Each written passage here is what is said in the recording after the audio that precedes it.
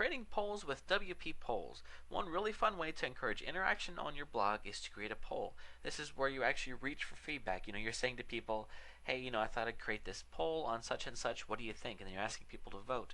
Sometimes there's a difference between somebody creating, responding to an article through a comment. It can be a bit daunting. Sometimes people don't want to share things, but getting people to vote in a poll, a lot of times people will do that because it can be anonymous, and they can vote, and then it's fun to see. Then people are going to come back to find the results of the poll, and it goes on and on.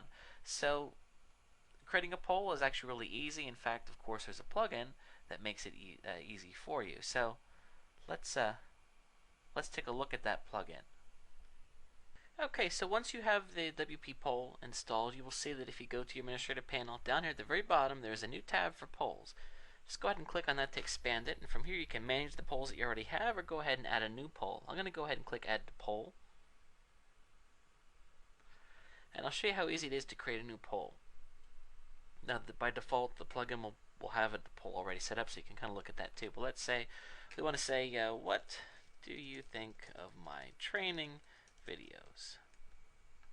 Answer 1, great. Answer 2, so. I can add another answer, as many as you want. Awesome. How about that? Everybody's going to choose that one, right? And then you can allow people to select more than one answer or just one. You can also have the poll start on a certain time and end a certain time. This is nice because you can create multiple polls and have it weekly, changed weekly, even though you're just setting it up once. Once a month, and you can have them stop and start and all that good stuff. Now, once you go ahead and add the poll, it will exist, but it won't appear anywhere yet because you actually have to tell WordPress where you want the poll to appear. There's two different ways you can do that. One is by using the widgets.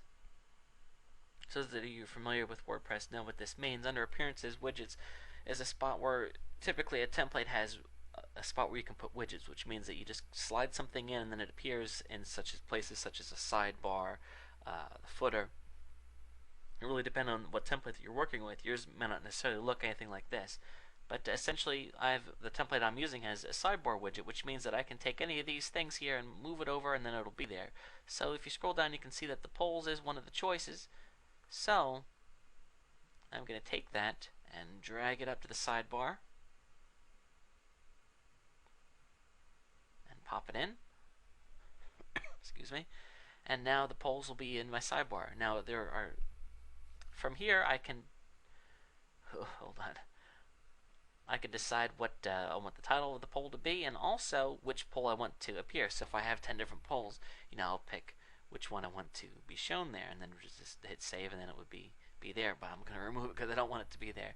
But that's how that works. Now, if you want to actually have the poll in your WordPress blog without using a widget, meaning you want it somewhere else, you basically can have it wherever you want. You have to refer to their documentation that they give you, and they give you this code right here. You just take this snippet of code and post it right into your template wherever you want it to appear. So that's it's not difficult to do. You do have to specify what poll that you would want to show if you want to show a specific one also.